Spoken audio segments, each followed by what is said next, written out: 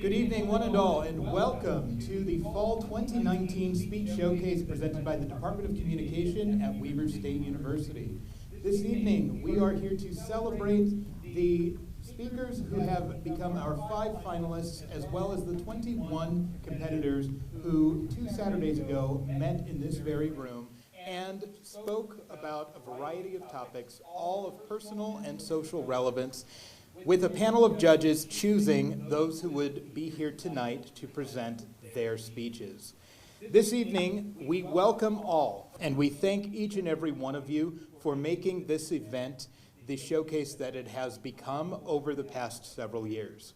This evening, ladies and gentlemen, we are going to be hearing from 5 distinguished speakers from our COM 1020, that is the Introduction to Public Speaking course taught by the Department of Communication as a general education course here at Weber State University.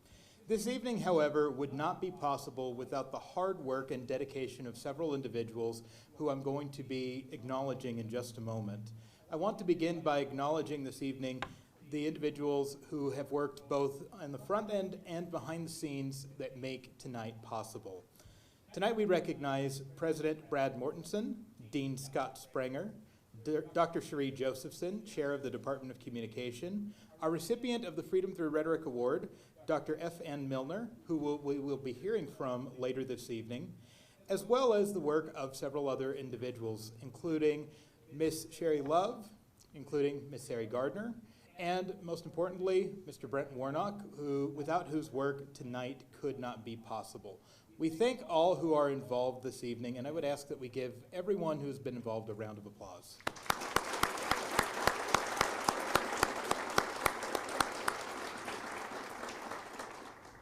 This semester, our distinguished selection committee was made up of members of the Department of Communication, as well as faculty and staff members from outside of our department. I would like to recognize the 5 individuals who spent their time 2 Saturdays ago to listen to and rank the speeches that were given. We have Dr. Cherie Josephson, Chair of the Department of Communication. We have Dr. Colleen Berg, Professor in the Department of Communication and Director of the Teaching and Learning Forum. We have Andrea Baltazar, an assistant professor in the Department of Communication. We have James McAllister, an instructor in the Department of Communication. And we have Nick Berg, an academic advisor for the College of Arts and Humanities. A warm round of applause for our judging panel.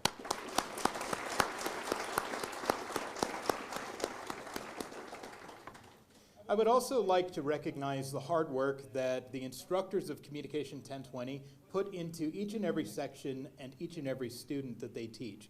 At this time, if there are any COM 1020 instructors, past or present in the audience, would you please rise to be acknowledged?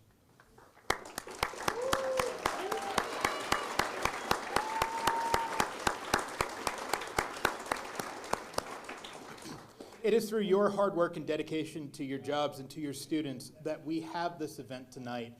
It is through the work that you put into creating the course. It is through the work that you put into mentoring the students and encouraging that they speak on topics that are timely and relevant to themselves and to society. That is the reason why we have these amazing speakers who are going to be here tonight and the excellent slate that was here 2 Saturdays ago. Tonight, I would like to briefly go over the speech showcase and how we have arrived at this venue this evening. The speech showcase is an event that is put on by the Department of Communication twice per academic year, once in the fall and once in the spring. The speech showcase involves a representative selected by students and faculty from every section of Communication 1020 that is taught during that semester. This semester we had 21 competitors who 2 Saturdays ago came to this very room and presented their speech in front of our panel of judges. The speech showcase recognizes the excellence in rhetoric that these students demonstrate, not only in the classroom, but in many cases in their careers, in their service to their community, in their families, and with their classmates. A warm congratulations to each and every one of the competitors. Whether you are one of the top 5 finalists tonight or not, you have done an amazing thing by being selected to join the slate that is seated over here in the front of the room on the left side. I would ask that the audience give a warm round of applause to all competitors.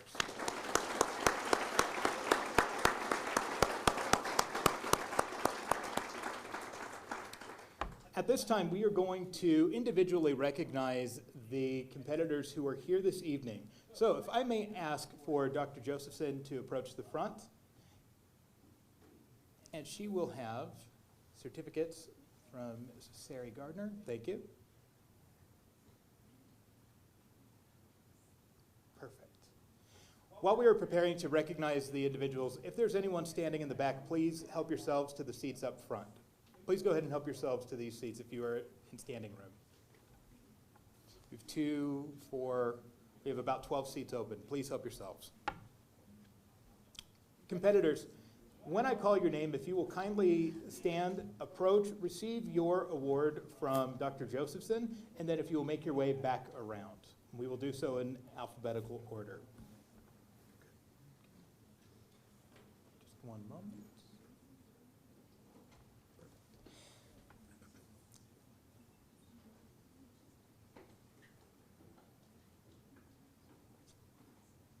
Our competitors for this semester's speech showcase: Alyssa Baker,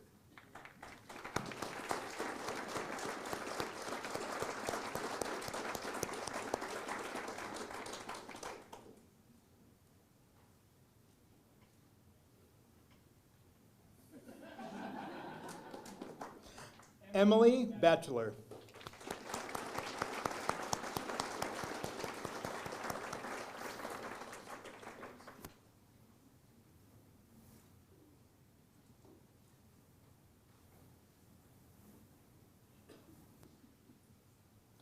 Sophie Beck,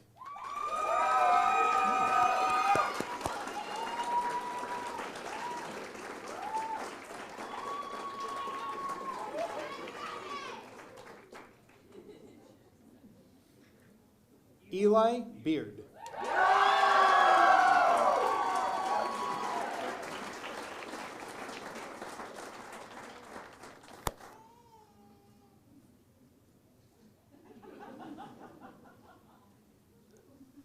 Shay Blair,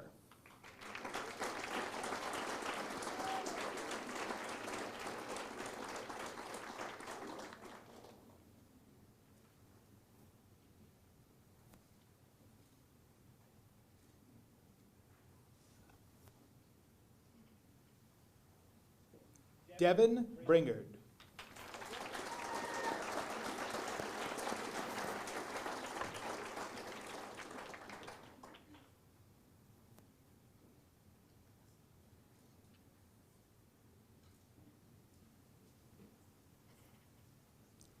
Brandy Buck,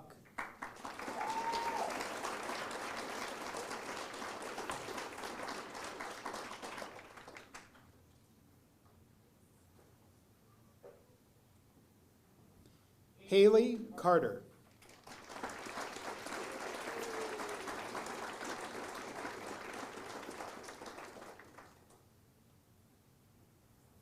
Marin Dawson,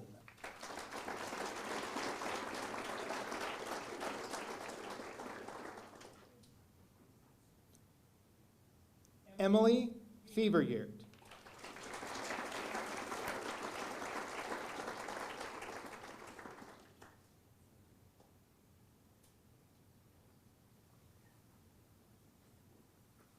Justice Geiselmeyer,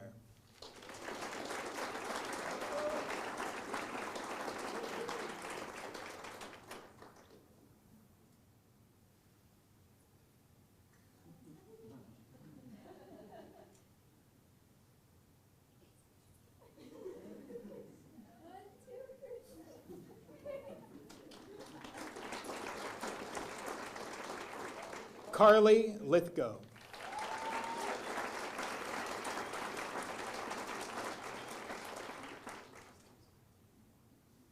Ashlyn McNeely,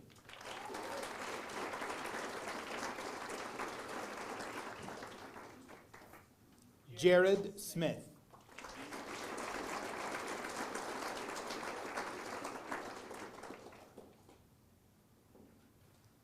Leah Smith,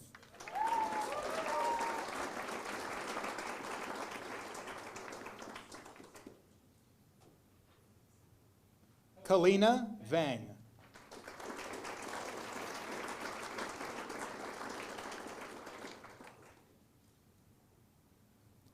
Madison Walters.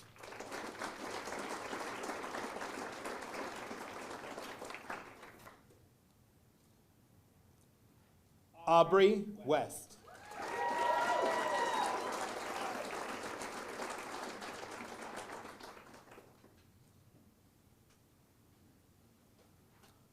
Destiny Wren.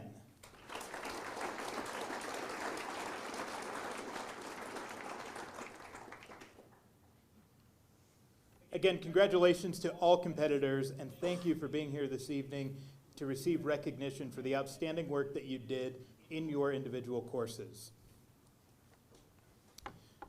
Now, ladies and gentlemen, we come to the highlight of tonight's event, which is the opportunity to hear the speeches from the top 5 speakers for this semester. Before we begin, if I may ask, if you have not already done so, please silence all cell phones and all other electronics to ensure there's no interruptions during the speaker's time. The 5 finalists selected by our panel of distinguished judges each will be giving their speech. We will welcome each of them individually. They will present, and then we will move to the next speaker. Tonight, we begin with Emily Batchelor. Emily was born in Idaho Falls, Idaho, and calls wherever her family is at any time her home. Her major is chemistry and botany. She is a first-year student here at Weber State University who attended Bear River High School before coming here. She hopes to work for the Forestry Service in environmental restoration. Her instructor was Mark Galavies, and the title of her presentation this evening, Don't Got Milk.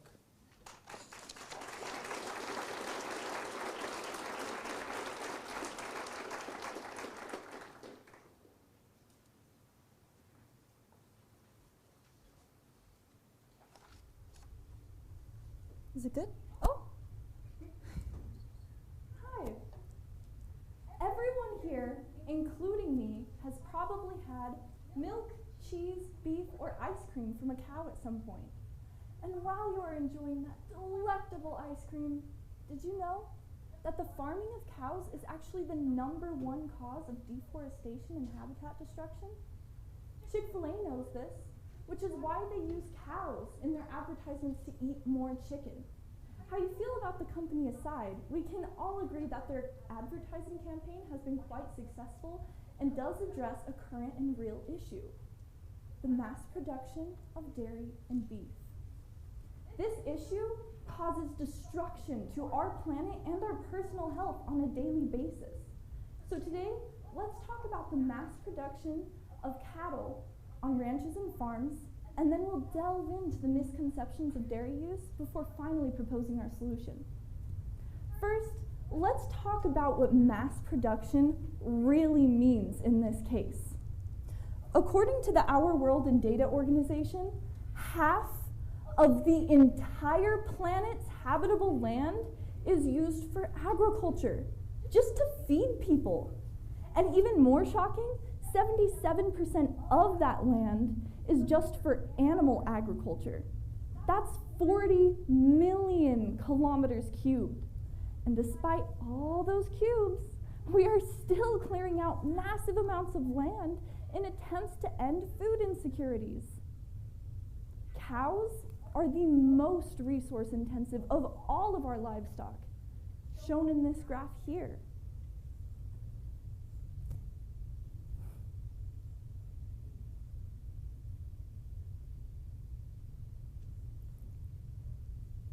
Next, let's talk about the misconceptions of milk from pregnant cows being some superfood that you must have. According to the World Institutes of Health, 65% of the world's population is lactose intolerant. And let me tell you why. When we are born, our mothers lactate to produce breast milk. Everybody in this room was born with the ability to digest lactose. As we grow and develop, the enzymes that digest lactose are stripped away when we begin to eat solid food. To put it simply, adults have a hard time drinking milk because milk is for babies. In the United States, we are taught that milk is essential to a healthy diet.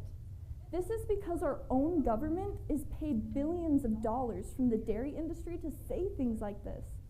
I'm sure you are all familiar with the My Plate guidelines for healthy eating. According to Walter Willett, chair of the Department of Nutrition at Harvard School of Public Health, he said, "My Plate mixes science with the influence of powerful agricultural interests, which is not the recipe for healthy eating," end quote. Harvard School of Public Health made their own version of the My Plate in response to this. They call it the Healthy Eating Plate, and as you can see, it has no recommendations for dairy. My proposed solution to these issues is that we stop drinking milk and eating beef. I know, I love a good burger too, but at what cost? This will help us feed a growing population. According to the World Resource Organization, beef requires 20 times more land and emits 20 times more greenhouse gases per gram of edible protein than common plant proteins such as beans, peas, and lentils. What this means is that for every acre of pasture land we convert into cropland, we will be producing 20 times more food and emitting 20 times less greenhouse gases, utilizing agricultural lands we already have and not clearing out more forests and habitats. Say there are 100 people in this room, and we all decide to shift away from cow-based foods. 65 of us would find that we suddenly don't have frequent stomach pain from gas bubbles, and we are not constantly farting.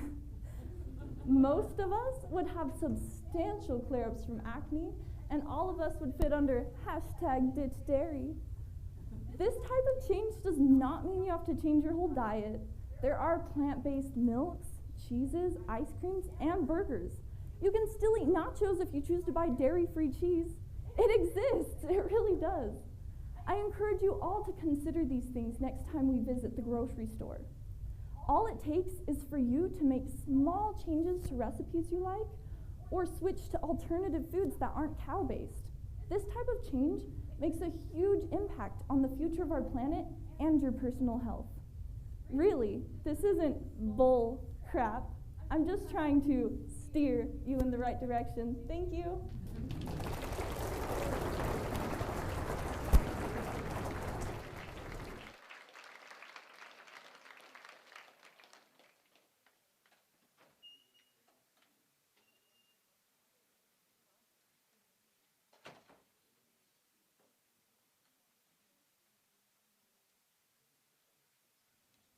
Thank you, Emily.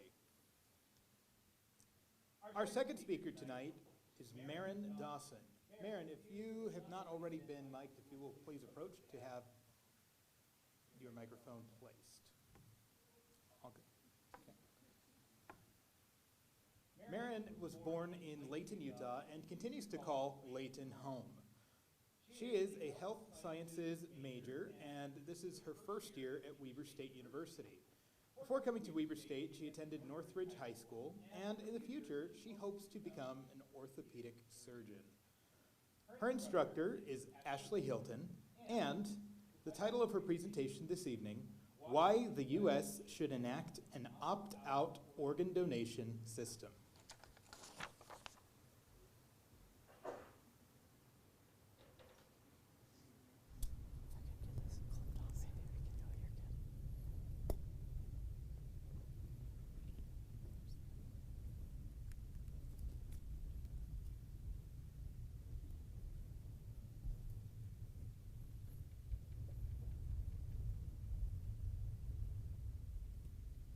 I'll wait just a second to get this on. Okay, sweet. At some point in our life, we have been waiting for a stressful awards ceremony, our test results, maybe even a new promotion, or for me to get to the point. No matter what you're waiting for, it's a crappy feeling as time slows down. Your heart rate speeds up, but you can't do anything. Well, imagine going through that for years. That's what over 113,000 patients on the National Transplant Waiting List experience in the US alone. 113,000 people. Additionally, every 10 minutes, someone is added on this waiting list. Well, every 12 seconds, someone in the US dies. And since a deceased donor can save up to 8 lives with organ donation, hypothetically, if everyone donated, the whole waiting list would be saved in less than a week. And yet, 20 people on this list die every day. ABC News calls it the waiting game to survive. To save lives by increasing organ donation, the United States should enact an opt-out organ donation system. I argue this based on 3 contentions: how an opt-out system would save more lives, how it will save the patient's money, and how it works for the donors. Firstly, how an opt-out system would save more lives. The United States opt-in system means that you have to register to be a donor. Making an opt-out system would make it so everyone is presumed to be a donor unless you explicitly opt out. Be aware, in both systems, the families are consulted.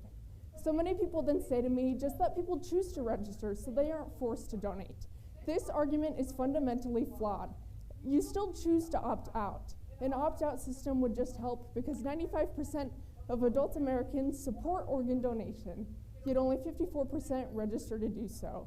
Making it worse, only 2% of people die in a way that allow for their organs to be harvested. So even with over 145 million registered donors in the US in 2018, only 36,528 transplants were performed. People don't register for 2 main reasons. 1, they are lazy. Don't believe me? Let's look at the 2016 election. Voting is super easy, right? Yet only 56% actually did so. The second reason is following the status quo. A study by Stanford targeted what people tend to do, and that is follow others. Hence why opt-out countries have higher donation rates. England will enact their opt-out system in 2020, and I implore the United States to do the same. Let's look at some examples. The opt-out system in Austria has a donation rate of more than 90%, compared to Germany and the US with less than 15% donation rates. But Spain saves the most lives with their opt-out system, having 46.9 donors for every million people. In 2017, their 2,183 deceased donors made over 5,200 transplants possible, including 3,200 kidney and 1,200 liver transplants. Now, these are important to note because the kidney is the most needed organ, holding 82% of the waiting list, with the liver holding 13%. Liver and kidney disease kills 120,000 people per year. That's more people than Alzheimer's, prostate cancer, and breast cancer combined. Now, we don't have a cure to cancer or Alzheimer's, but liver and kidney deaths are preventable through organ donation. And good news, you don't even have to be dead to donate. In addition, you can also donate blood, bone marrow, or part of an intestine or lung. A bonus to saving lives is you don't have to pay to do so. Let's look at the cost-benefit analysis of donating organs. And since the kidney is the most needed, we'll focus on the costs of that. In 2016, Medicare costs for people with CKD, or chronic kidney disease, was $114 billion. When you have kidney failure, you have to have a dialysis machine filter your blood 3 to 5 hours each time, 3 times a week, costing $72,000 per year. After the transplant, you no longer need these services. Though you do need anti-rejection drugs, even with no health insurance, it only costs $17,000 per year.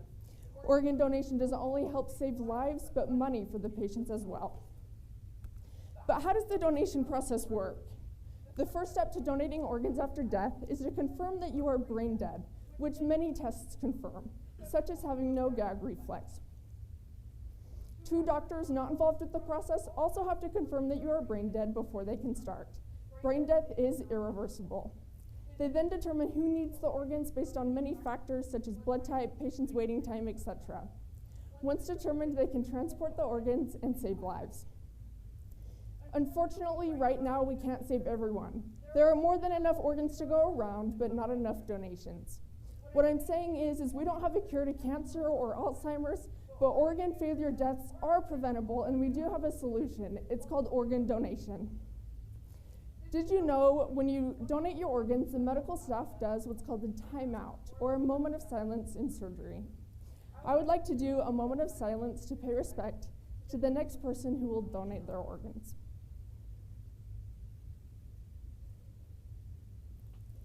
They deserve that, because they are stopping the clock for someone else. Will you? In conclusion, organ donation saves lives, money, and is easy to be a part of. Though we will have to wait for the US to enact an opt-out system, we can still make a difference. So I plead on behalf of those 113,000 patients and families to register to be a donor at register.yesutah.org/register. Thank you.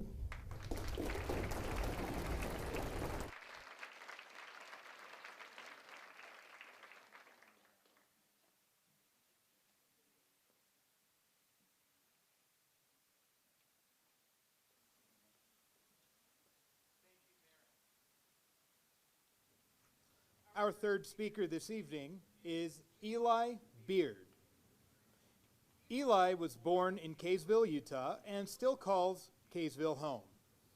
Eli is a professional sales and marketing major at Weber State University and is a first-year student. Before coming to Weber State, Eli attended Davis High School. Eli hopes to enter professional sales as a career, and his instructor was Brent Warnock. The title of Eli's presentation, Driving, a Daily Death Sentence.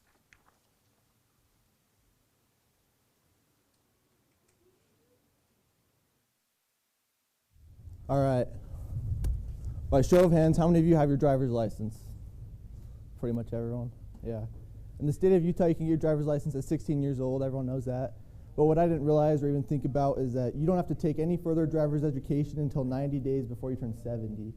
And people wonder why we have so many bad drivers on the road today. There's an obvious need for more driving education. And that's why today I want to talk about some things that are going to save your life or the life of others. And I know what some of you are probably already thinking, that you think you're a good driver, or you've never been in an accident, and so you think you don't need this. Well, you do. And if you're my age, the statistics definitely say it. People between 16 and 24 suck at driving. We're really bad. We're by far the worst age group, and that's including our grandparents' age group. And if you've driven with your grandparents, you know that's pretty embarrassing. Look at the first statistic here. It makes me really sad that 48.5% of the people who die between 16 and 24 are caused because of motor vehicle accidents. It's the leading cause of people at high school and college age, and it's literally killing us off. So we need to be better drivers. A lot of people don't realize how dangerous driving is until they know someone who's been in an accident or them themselves have been in an accident. How many of you are in that boat? You've been in an accident or you know someone close to you that has? Most people, yeah. Well, the reason I chose to talk about this is because when I was 3 years old, I was run over by a car. And so the story of me getting hit by a car goes like this. I was playing outside my sister's elementary school. I was playing with a kite that I had just made in preschool that day. The kite broke, flew into the road. I chased after it, and I got hit. I got sent to the hospital, and this is a picture of me in the hospital. And I know what you're probably wondering. You're wondering if I lived through these injuries. And the answer is yes, I lived through them, and I'm here to tell you we need to drive safer. So the woman who hit me, she didn't even know she hit me. She kept driving, and someone had to chase her down and say, "You just ran over a child." Can anyone guess what she was distracted by? Yeah, you're right. It was a cell phone. Texting while driving is responsible for 1/4 of all accidents. That is not okay. Texting while driving is responsible for 1.6 million accidents a year. I don't know why we think texting while driving or sending a text or reading a text or changing a song is worth it, but it never is. TextingWhileDriving.com did a study, and they found that you are 23 times more likely to get into an accident if you use your phone while driving. So please do not text and drive. Now, the next thing I want to share is especially valuable during this time of the year. Everyone's getting in the icy roads, and there's more accidents. And so there's a video about a Colorado State trooper. He talks about the secret to driving in bad weather. I didn't know about it when I first started driving, and a lot of people I noticed don't know about it either. So we're going to watch this clip. I'm going to tell you the secret today of how to drive in snow and bad weather. Now, it's fantastic. I'm so excited for it. And I know a lot of you are probably excited too, because you're thinking, oh my gosh, is it a new tire? Is it a new product I can use? Can I finally convert my DeLorean into a hover car? Oh, I know, I'm excited. So, if you're watching it now, you're watching it later, make sure to share it. You'll probably have to share it a few times over the course of winter because inevitably it's going to snow again. So, if you're ready for it, if you're ready to know the secret of how to drive in snow, slow down. Yeah, All right, that's good. Slow down. All right. These words are coming in slow because the secret is to what? Slow down. That's so simple. Just slow down. A third of all accidents that have happened in the past 10 years have been because of speeding. It's so simple. We just need to slow down. And there's a good rule of thumb that I looked when I did my research. Everyone kind of agreed on this unanimously that if the roads are wet, decrease your speed by 30%. And if the roads have snow on it, cut your speed in half. And I know you don't want to do math, especially while you're driving. And so the good rule of thumb is to just slow down. It's so simple. The next thing I want to share is something that's going to save your life, even if you do get in an accident, because sometimes accidents are just inevitable. So I want everyone to put your hands like you're putting it on a steering wheel. Let's go, put them up. If you're like me and you took driver's ed, you probably put your hands on 10 and 2, right? If you don't know what 10 and 2 is, this is what 10 and 2 is. It's like a clock. So the National Driver and Traffic Safety Association, they came out recently and said this is actually wrong. This is actually more dangerous. When your hands are on 10 and 2, and with the advancement of airbags, when the airbag goes off, it's putting your hands at risk for something called degloving. It's disgusting, don't look it up. But not only are your hands at more risk, if the airbag goes off when your hands are on the top half of the wheel, they're going to go into your face and it puts you at more risk for injury. This alone, moving your hands from 10 and 2 down to 9 and 3, this alone can save your life. And so next time when you're driving, think about doing this. And so I want to review these things. It's nothing new to you. Maybe the last thing is new to you, but the first two you know. But I want to review them. Do not text and drive ever. It's never worth it. Slow down, especially when the roads are wet. And move your hands from 10 and 2 down to 9 and 3. This can save your life, and it can save someone else's. And so I'm going to ask you to do something. There's going to be pieces of ribbon passed around, and I'm going to ask you to tie it to your steering wheel. This ribbon is going to be a reminder to you of the things that were talked about tonight, and this ribbon can save you or someone else's life. I promise you that if you tie this to you, it's going to save your life or someone else's. Thank you.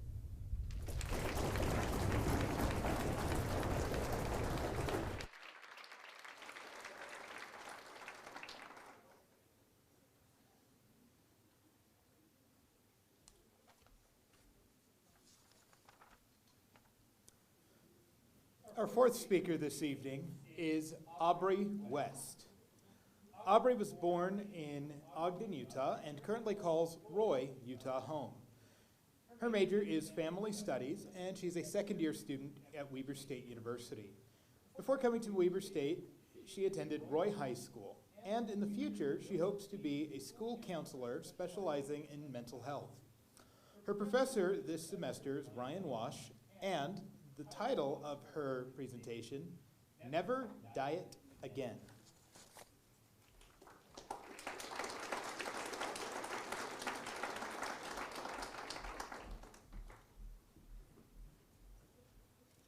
Let me introduce you to a person I know who I'll call Jordan. Jordan is about 55 years old, a very smart and successful person who is unhappy with weight and outward appearance. Now, Jordan has tried several different diets since about age 18, but nothing has seemed to work. Jordan thought that dieting would lead to weight loss, quickly, easily, and permanently. Jordan thought that dieting would create happiness, improve mental health and well-being. And finally, Jordan thought that dieting was the only solution. But Jordan was wrong. Tonight, I wish to speak to those who have dieted in the past, who are on a diet now, or who plan to diet in the future. I am telling you to never diet again because it destroys our physical and mental health, and especially because there is a better way. At the conclusion of my speech, you will better understand that dieting leads to more weight gain. Dieting harms our mental health and well-being, and how you can live a happy and healthy lifestyle. First, we must understand the negative consequences of dieting. Dieting increases your risk for gaining even more weight than before. Scientists call it rebound weight, and it is due to a chemical mechanism in the cells of our body. When we restrict calories and food groups from our bodies go into survival mode, and the cells of our body slow down our metabolism. The Harvard Medical School has published an article online regarding rebound weight using the contestants from the weight loss show, The Biggest Loser. During the show, these contestants had restricted diets, extensive physical training regimens, and each of them lost over 100 pounds in just a 5-month period. Now, this may seem like an amazing accomplishment, but 6 years later, 14 of the contestants were studied, and the results were all the same. Their metabolisms had slowed, and they gained all the weight back and more. Now, when we continue this pattern of dieting, it leads to weight fluctuations, where we gain weight and we lose weight, and it is called weight cycling. And the ScienceDaily.com proves this statistic using the Framingham Heart Study, who evaluated over 5,000 people in a 32-year period. They found that weight cycling is strongly linked to heart disease. Now, not only does dieting hurt your heart, but it hurts your mind as well, which leads me to my next point, that dieting harms your mental health and well-being. We just learned that dieting leads to weight fluctuations, where we lose weight and we gain weight, and that each time we diet, we gain even more weight than before. Can you imagine what this does to us mentally? In an article written by 6 different authors in the Journal of Obesity, we learn that most dieters feel like failures, but it is truly the dieting system that has failed them. Dieting rules trigger an inner rebellion because they interfere with personal boundaries. This means that some people will starve themselves because they ignore their need for food, becoming anorexic. Others will overeat, get mad at themselves, and force themselves to throw it up, becoming bulimic. And others will overeat, time and time again, resulting in binge eating. This causes body dissatisfaction, reduced self-esteem, and even more food cravings. The dieting and weight loss industry makes over $60 billion per year. They are the only business that produces a product that doesn't work, and they aren't blamed for it. Why? Because the consumers blame themselves. Now you must be thinking, there has to be a better way. I'm here to tell you that there is a better way to live a happy and healthy lifestyle. It is called intuitive eating. Intuitive eating is a process of listening and responding to the needs of your body. This means that when your body tells you you're hungry, you eat and you exercise, not because you have to exercise and not because you ate too many calories yesterday, but because exercising sends feelings of pleasure, endorphins, and leaves you energized. Now, intuitive eating is also the title of a well-designed workbook that gives 10 principles that will help you nourish a healthy relationship with food and with your body. Some of these principles include rejecting the diet mentality, respecting your body, and honoring your hunger. Intuitive eating allows you to improve your relationship with food and with your body, and that's the exact opposite of what dieting does. Now, do you remember Jordan, the one who believed all of the dieting myths, the one who couldn't live a happy, healthy lifestyle, and the one who had it all wrong? I plead with you not to be like Jordan, a 55-year-old who still struggles with the dieting process. Understand that dieting leads to more weight gain. Dieting harms our mental health and well-being, and that you can live a happy and healthy lifestyle through intuitive eating. I urge you to never diet again. Thank you.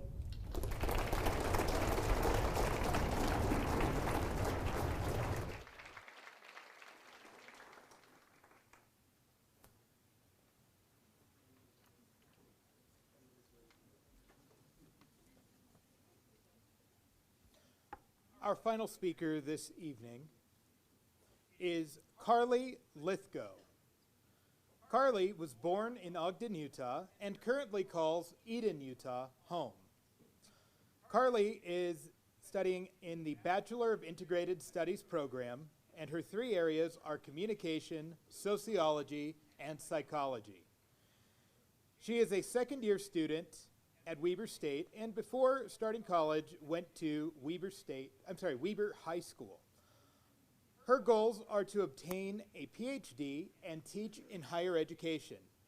Her instructor for Com 1020 this semester is Dr. Mike Alt, and the title of her presentation, Technology, Too Much of a Good Thing.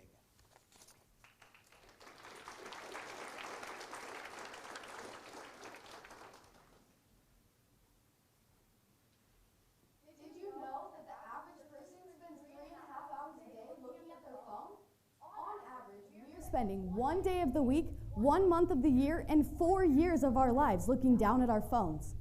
Our addiction to these little devices is in no way coincidental. Companies who profit off of our time are designing their apps to suck us in. Most of us can't even go to bed or go to the bathroom without our phones, and I am no exception. I have one Snapchat streak that is 1,333 days long, meaning that I haven't gone 1 day without Snapchatting in over 3.5 years. As I have researched this topic, it has opened my eyes to how myself and those around me use technology. If we have a better understanding of the techniques these companies use to suck us in, we will better be able to defend ourselves and to ensure that our time spent is time well spent. Technology that was created to connect us is in turn isolating us more. If we can fight the addiction, put down our phones and look up, we have the power to put the control back in our hands. Future historians are going to look back at this point in history. Either it will be the time when humans merged with their devices, or it will be the time that we collectively decided to put the damn things down. The hard truth is that we're letting technology take us places that we don't want to go. I am willing to bet that we are all guilty of pulling our phones out when we are in uncomfortable social situations, when we are in an elevator with strangers, in class before it starts, or on the shuttle. According to Dan Hoyle, reality is awkward. There's a reason screens are so prevalent. It's less awkward. I know this might sound crazy, but did you know that phones were actually made for communicating with people, not for avoiding them? Hoyle goes on to say that once people know the rewards of getting out of their comfort zone and letting the moment linger longer, I think more and more people are going to be attracted to that.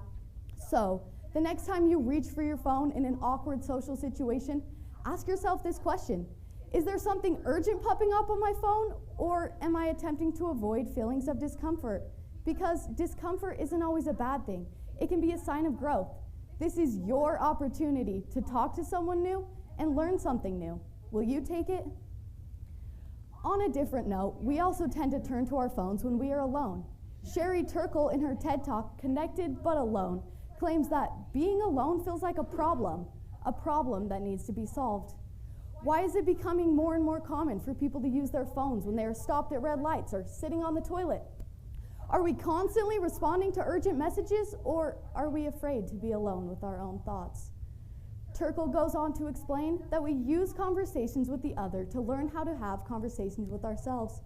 Our capacity for self-reflection is being compromised because we are exchanging real conversation for mere online connection. It is obvious that technology is not only changing how we think, it's changing who we are. So what can we do to defend ourselves in a world that's driven by technology? As I mentioned earlier, being aware of the techniques that are used to suck you in can help you better defend yourself against the addiction that is plaguing billions across the world. Technology is no longer being designed to help us, it's being designed to keep us hooked. Tristan Harris, former Google design ethicist and founder of the nonprofit initiative Time Well Spent, has some tips and tricks that I am going to share with you. First, he would tell you to turn off all non-human notifications. Many apps today are attempting to simulate social interaction by sending you push notifications in order to get you to spend more time on their app. Tristan claims these apps are attempting to leverage your desire for social connection so that you'll use their app more. Secondly, he would tell you to grayscale your screen. There is a reason why many companies have changed their app icons to be brighter and bolder. It's because the easiest way to attract your eye's attention on a screen is through color. Tristan claims the human eyes are particularly sensitive to warm colors, such as bright red. This is also why all notification bubbles tend to be red. Other features of apps, such as the pull to refresh feature, also simulate the addictiveness of a slot machine. These apps are capable of updating automatically. However, the pull to refresh feature gives the user an illusion of control and adds to the addictiveness. The issues with technology begin in the hands of the developers. However, as consumers, we need to recognize that time is money, and we need to be more conscious about who we are giving our time to. We need to ask ourselves, are we okay with living in a world full of smartphones and dumb people? Imagine a world where self-worth isn't determined by the number of notifications on your screen. Imagine a world where we have control over how we spend our time and where we consciously choose to spend our time well. Imagine a world where we look up and talk to each other instead of hiding with our faces down to our phones. In the words of Richard Williams, imagine a world where we smile when we have low batteries, because that means we'll be one bar closer to humanity. The reality is that we do have a choice, but this one is not going to autocorrect itself. It's time to talk. It's time to talk to strangers when you want to pick up your phone. It's time to talk to your friends and family about their technology habits. And it's time to talk to those in power about how we can get the control back in the hands of the consumer. If we don't make conscious decisions about how we use technology, we're going to let it take us somewhere that we don't want to go. We all have a set number of days here on Earth, and I know that when I die, I'm not going to wish that I spent more time on my phone. I'm not going to wish that I had more followers on Instagram, and I am not going to wish that I took more pictures of my food. So, what's holding us back now? Put down your phone and enjoy the good, the bad, and the awkward that reality has to offer. Thank you.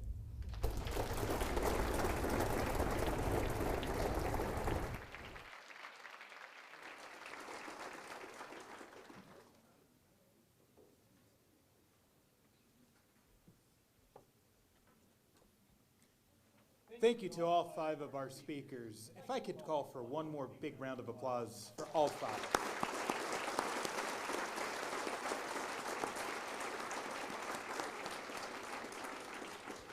At this time, if I may ask to have Drs. Josephson and Milner join us up at the front. They're going to be presenting the honorarium to each of the 5 finalists. President Mortensen as well, if you would like to come up, please.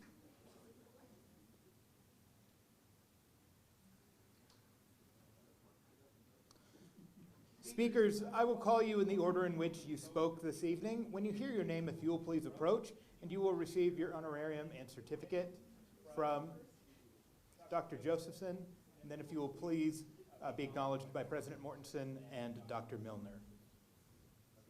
We'll begin with Emily Batchelor.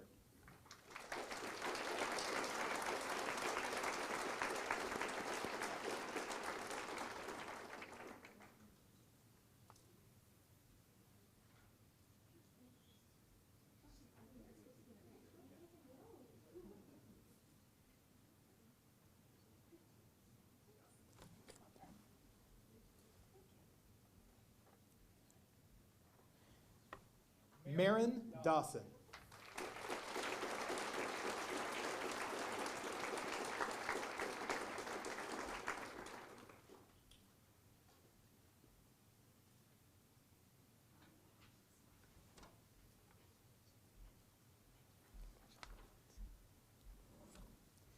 Eli Beard.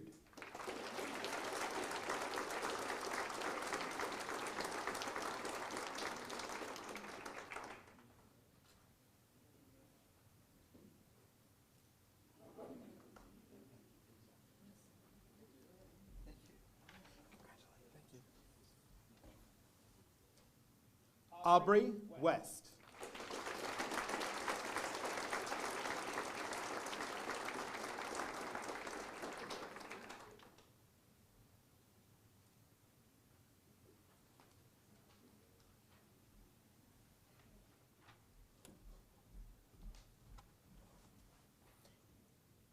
And Carly Lithgow.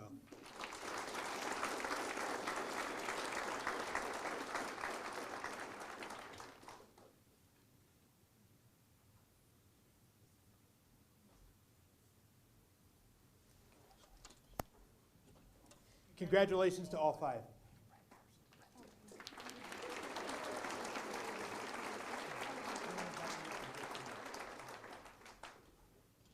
Before we proceed to awarding the Freedom Through Rhetoric Award this evening, we have a brief few remarks from our Director of Development, Mr. Brent Parkin.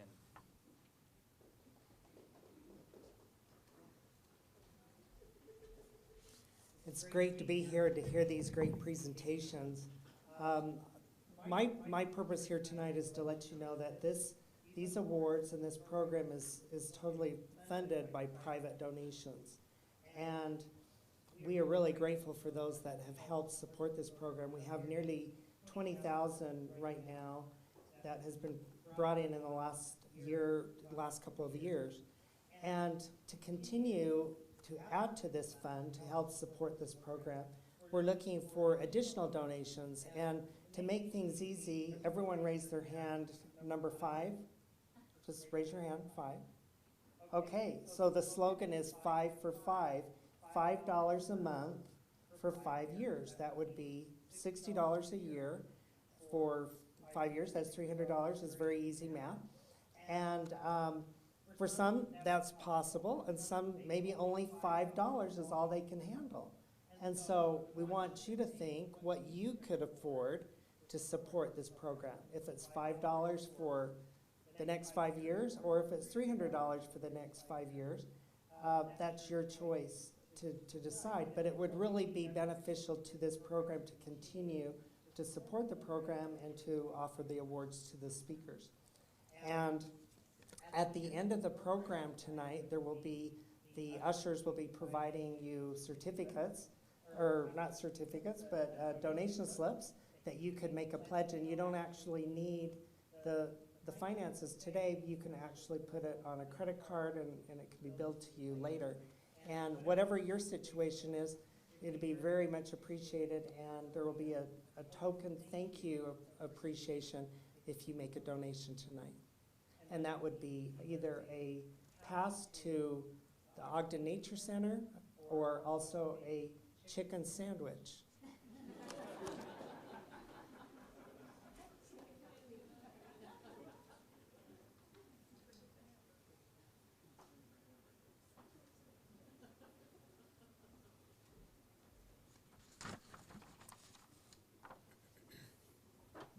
Thank you very much, Brent.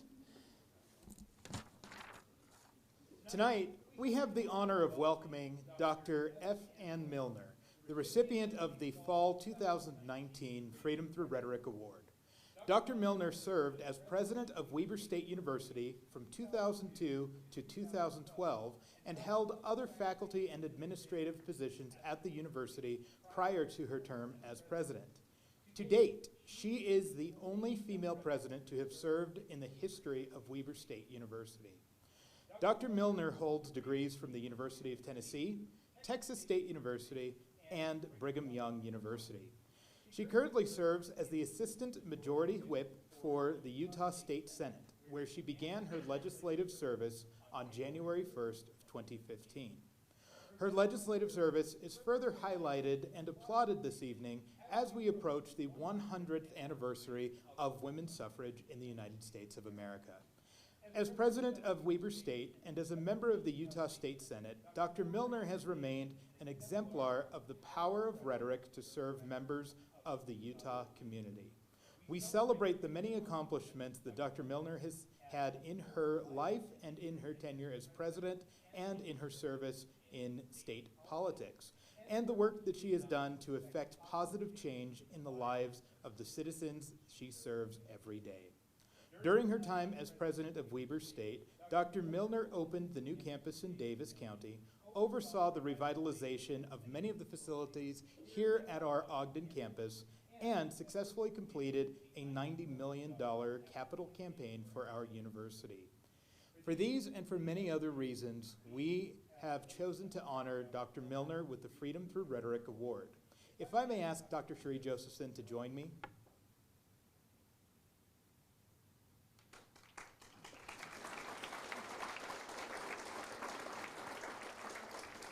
And if I may ask everyone in the audience to join me in welcoming the recipient of the Fall 2019 Freedom Through Rhetoric Award, Dr. F. Ann Milner.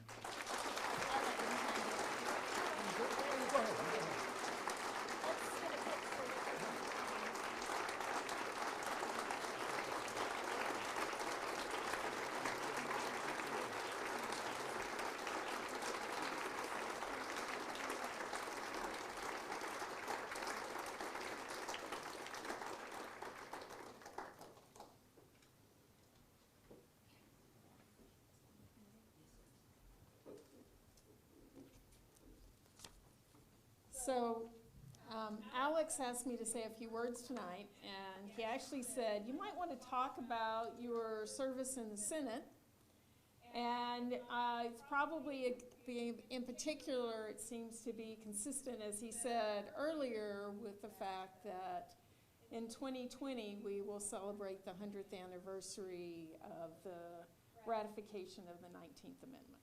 So that kind of sent me down this kind of interesting little journey in my own mind about how do we get here, and what difference does it make, and what makes a difference from those who come before. When you get words like this, for me, it's never about me, it's about lots of people. It's about people who came before. It's about teams of people who worked with me and who were colleagues with me and partners with me and making things happen, whether it's been at this university or whether it's been in this community or whether now it's the state level in politics. You're constantly reminded in politics that you do nothing alone. Just a very simple fact. I have to have 15 votes in the Senate, and I have to have 38 votes in the House, and I have to have the governor who will sign a bill. And nothing's going to happen unless I'm able to reach out and to work with others and build support and get colleagues engaged in this work. So that just says that it's all part of what we do together. And while I'm honored to receive this award, it really is many other people who deserve credit for that and for the opportunities that I've had.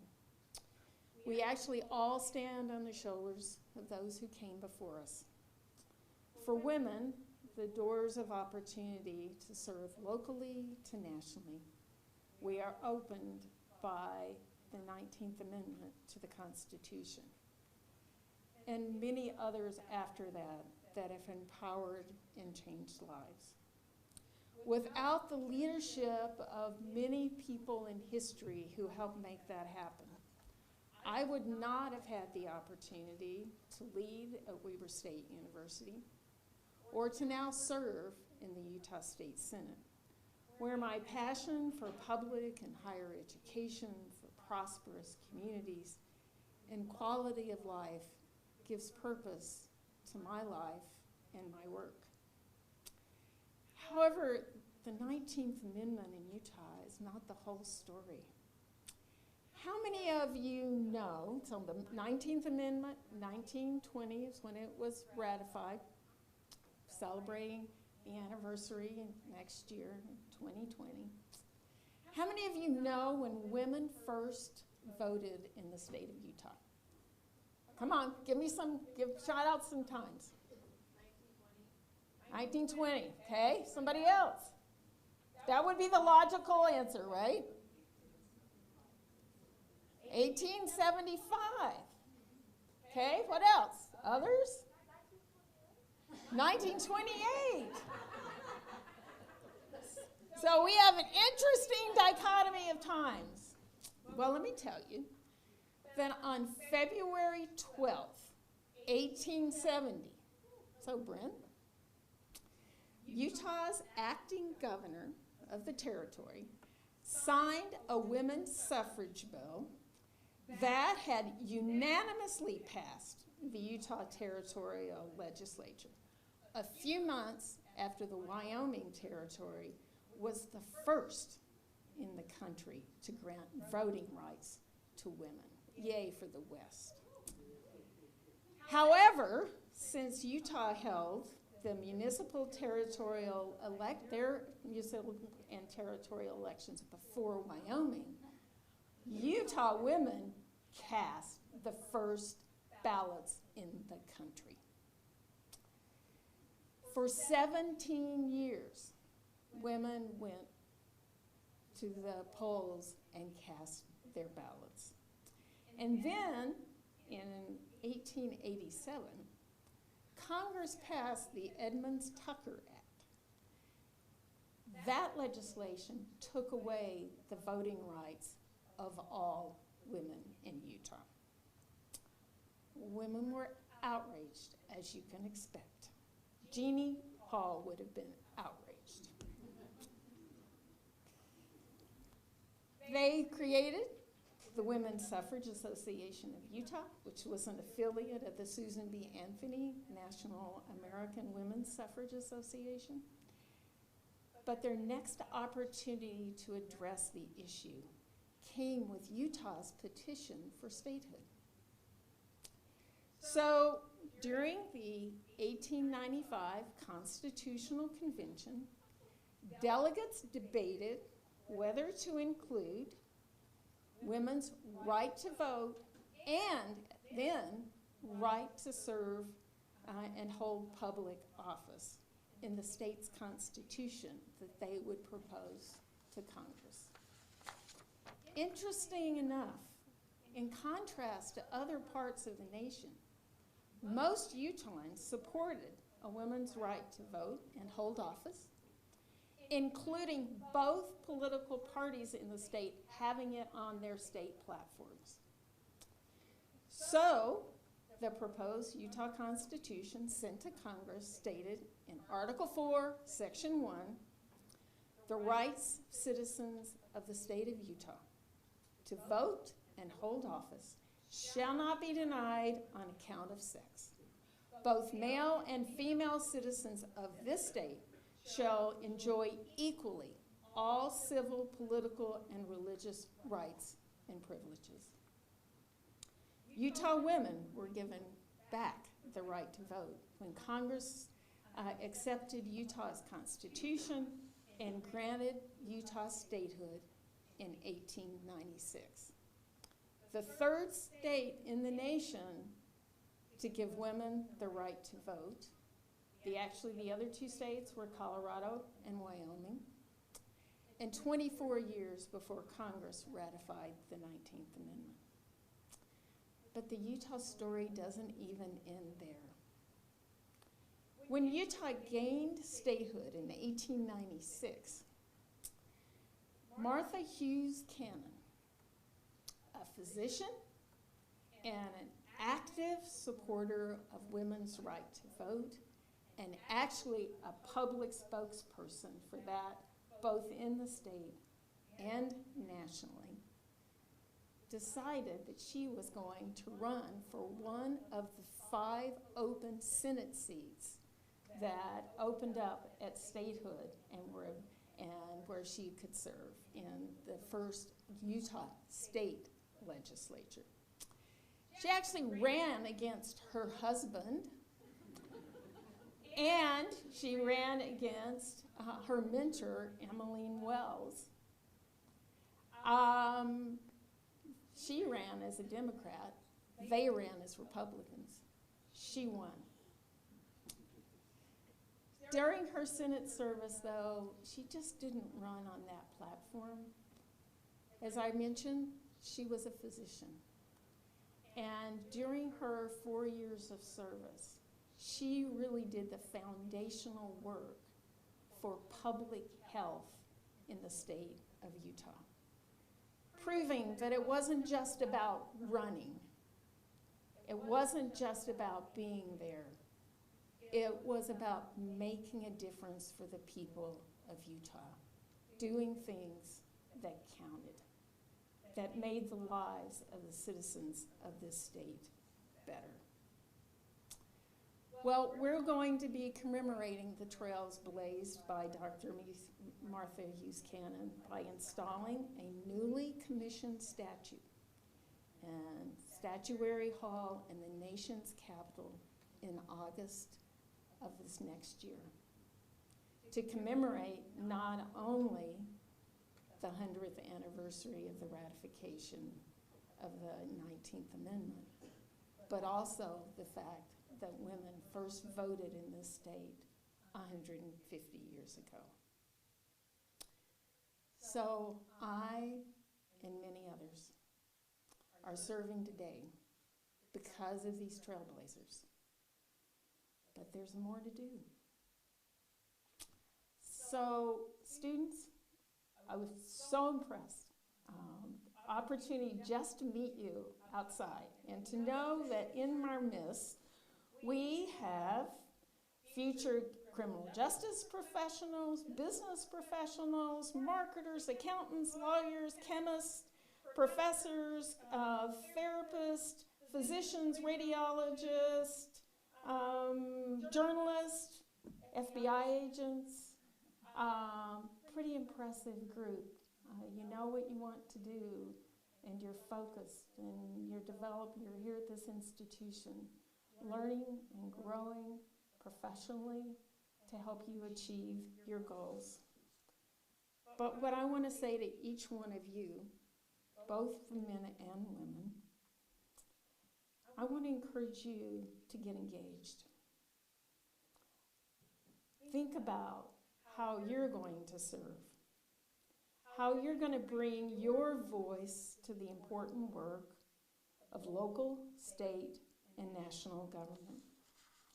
I have to tell you, the work is hard and often unappreciated, but you can make a difference for your families, for the communities in which you live, for the state, and for the nation. It takes all of us serving together, working together to make this community, this state, and this nation what we want it to be. So what I'm going to be watching for is seeing what you do, and I'll be right there to celebrate your success. Congratulations to each and every one of you. You're impressive, great work, and you have an incredible future ahead of you. Thank you.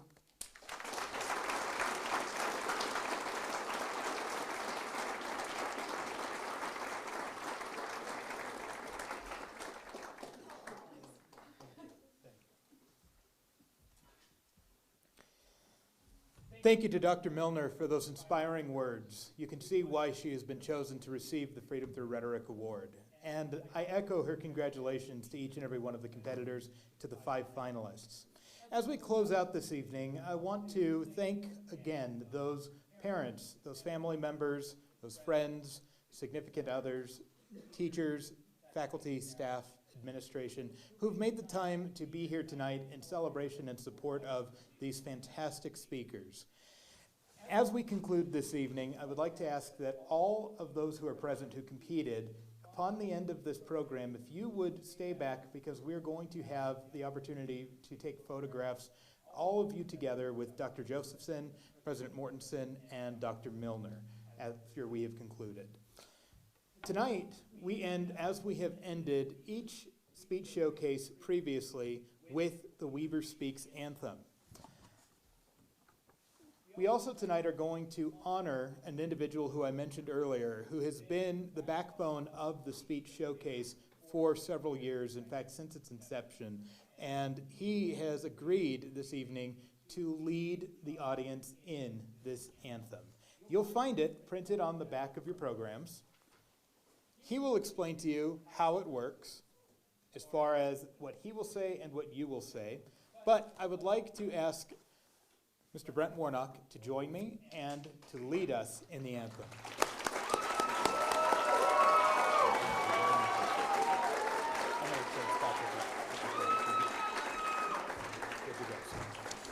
All right. Thank you so much for all of you for being here tonight. We're so grateful. Does everybody have a program? Have you heard of call response before?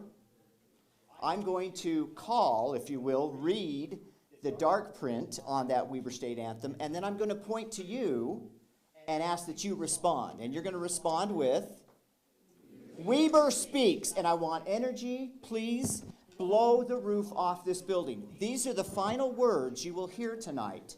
Weber Speaks. And so please, this is what the call to action is that we as a university go out and make our voices heard. And we start it tonight with this anthem. You ready? When an answer to a problem is needed, Weber speaks. Whenever conflict or justice demands resolution, Weber speaks. And should fear threaten to silence the voice of freedom, Weber speaks. Thank you. Good night.